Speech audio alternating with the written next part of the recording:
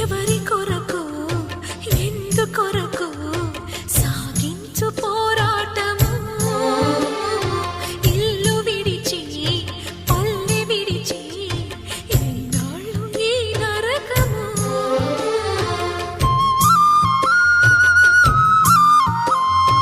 గుండెలో బాధలను దాచుకోవాలి